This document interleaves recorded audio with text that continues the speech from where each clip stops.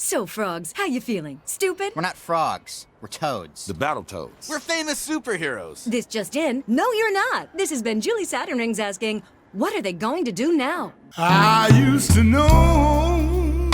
Hello everybody, welcome back to Inside Gaming for Sunday. What are you doing here? Go to church. Get out of here, you little scamp. No, stick around, watch the video. So the new Battletoads game has just been released, and I thought it would be a good idea to take a look at the series as a whole and see how this new reboot compares to the previous entries in the until now dormant series. Full transparency here, I did receive a code for the new Battletoads game. I am going to get into my thoughts on that a little bit later, so make sure you stick around for it. Alright, so what the hell is Battletoads? Well, as most of you know, it's a beat-em-up game from the 90s that was created to rival the popular Teenage Mutant Ninja Turtles franchise. Developed by Rare and published by Trade West, the original title was released back in 1991 for the NES and received some ports to the Mega Drive, Game Gear, and Game Boy. The gameplay was fairly simple. You had three anthropomorphic toads, Rash, Zitz, and Pimple, who would traverse different stages with varying elements of gameplay such as racing, climbing, and vehicle-based obstacle courses. At the time, the game had received mostly positive reviews upon release, and many praised the graphics and animations.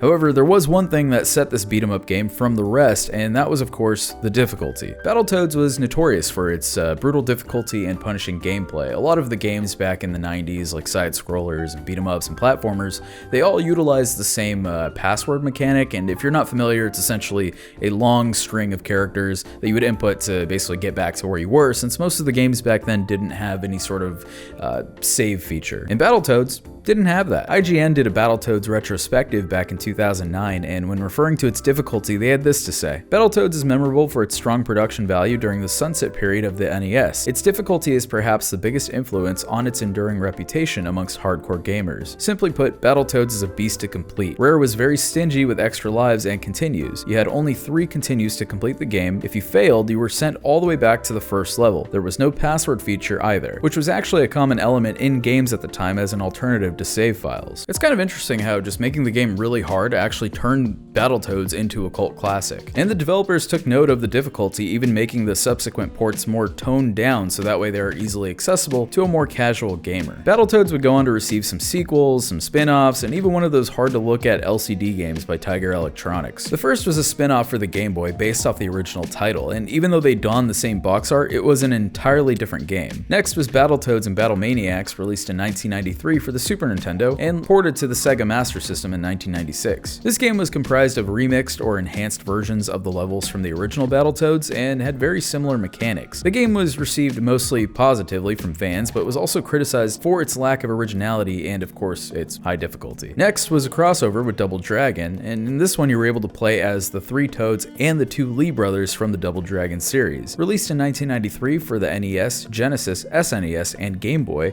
the game received very positive reviews.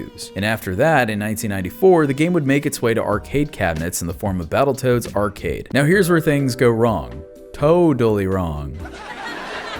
I didn't write that in the script, that's off top. Many who played Battletoads Arcade would love it because of the things it did differently and the liberties Rare would take. The game featured blood, gore, weapons, and even suggestive content. Boobs, I mean boobs. Rare would even begin development on SNES and Game Boy ports, but they were ultimately canceled due to the poor sales of the cabinet. In a 2013 interview, Rare's Chris Tilson said that the company had low expectations for future arcade releases after Battletoads Arcade, quote, bombed badly, sales were mediocre. Christopher Michael Baker from Allgame wrote that the arcade release rode the success of its console game predecessor when the order is usually reversed. So this would essentially spell the end of Battletoads until Battletoads Arcade would make its way to Rare Replay, and as I mentioned earlier, they wanted to, bring this to home consoles, they wanted to just keep trucking along, business as usual. A lot of people did love Battletoads Arcade, but just the sales were just so poor that they thought it was just a general lack of interest in the franchise. I also mentioned earlier that the whole point of Battletoads' conception was to rival the popularity of TMNT.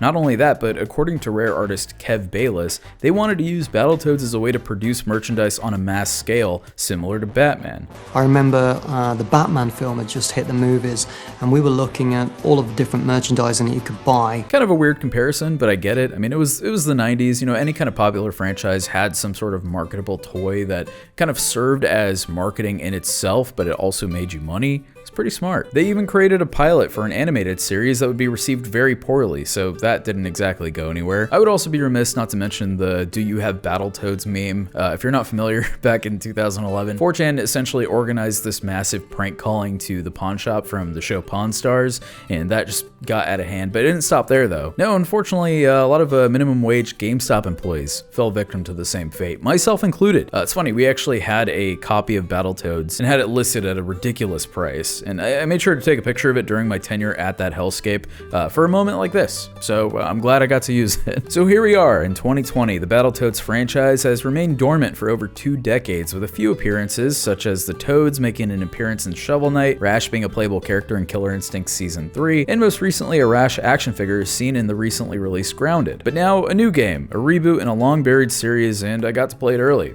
So here are my thoughts. So I didn't mention this earlier because I spent the last week fully submerged in Battletoads content, because growing up I didn't play the series a whole lot. I mean, I played it here and there, but I made sure to play it now on a good old-fashioned CRT TV to really get a good feel for that era as much as I could. And after spending some time with the games, both old and new, I gotta say I absolutely love this return to form, but I do have a few gripes with it. So number one, I should get this out of the way. The gameplay is loads of fun. It's very much that classic 90s beat 'em up style, right down to the level design, which I absolutely love, but at the same time it reminds me of like a post-2010 Nickelodeon TV show with that art style, you know, with the slightly generic character and enemy design, although the animations are really intricate and frankly hilarious, but it very much feels like a reboot. A few things I noticed were some technical issues, like the Toads not moving but still hitting enemies. I captured this on multiple occasions, and I can look past that considering it was pre-launch and these things typically get patched out, so that's something you'd have to see for yourself if you do decide to pick it up. The next thing I would like to touch on is the difficulty. It's definitely here. I played the game's normal setting, and the Toads essentially work on a timer, meaning you have to stay alive until one of the other Toads are ready to use, and if you're playing on co-op, you can revive your partner or tag in as another Toad and revive yourself. The game's vehicle-based obstacle courses are the pinnacle of 90s gameplay. It brought me back to that time of brutal gameplay and a need for quick reflexes, and I absolutely loved it. I honestly lost count of how many times I died at these parts because,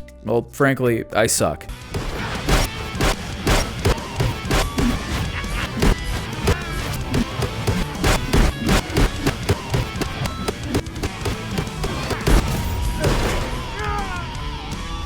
The game also has some puzzles that can be solved in these levels to unlock pathways or collectibles, and you give me puzzles in a game and I will be happy. Next up is the story. It's kind of self-aware humor that can sometimes come off as a bit cringy, but it also suits the Battletoads pretty well in my opinion. They make references to the fact that it's a dormant series and even has Battletoads working day jobs while Rash wants to find a new audience. The voice acting is subpar, but I'm not exactly looking for immersive gameplay here, so I'll let that slide. Now the real question, does it stack up to the original? Well, yes and no. It does in the sense that you'll get that classic 90s gameplay and cheesy humor, you'll get the varied gameplay and sore thumbs from retrying levels over and over again, and most importantly, you'll get the Battletoads. But is this what you want? A simple trip over to the comments section of the trailer will tell you everything you need to know for the most part. A lot of people seem to be pretty upset over this new art direction, and I get it. It's never a good thing when you have a gritty series from the 90s turned into a colorful Saturday morning cartoon. I mean, just look at Teen Titans Go. That's where my mind goes whenever I see a stylistic change like this. If you're a purist, if you had a deep love for the series, then you might be upset by this change. I personally had a lot of fun with the game on the surface level, but that very well could be because I don't have the nostalgia goggles for the series as most do. A big critique I have seen is the changes made to the Dark Queen. I mean, she went from looking like a total 90s babe to like a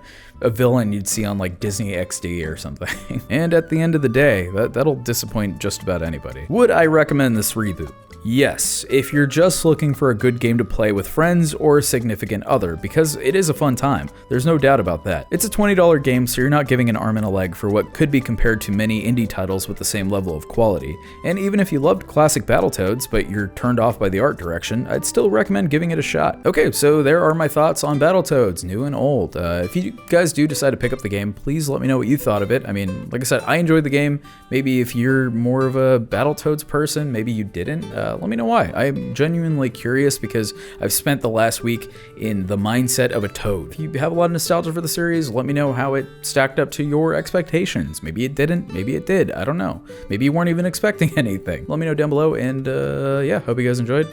I'll see you later. Take care. Listen, I know I'm dressed as a construction worker, but that's only because my painter's outfit is at the laundromat, so I'm totally legit. Obviously, I can't be upset when a bunch of Italians want to rip my head off because I didn't do a good job. That might be an extreme comparison, but you get the point. Remakes can be great if executed correctly, and can even surpass the original as the definitive way to experience a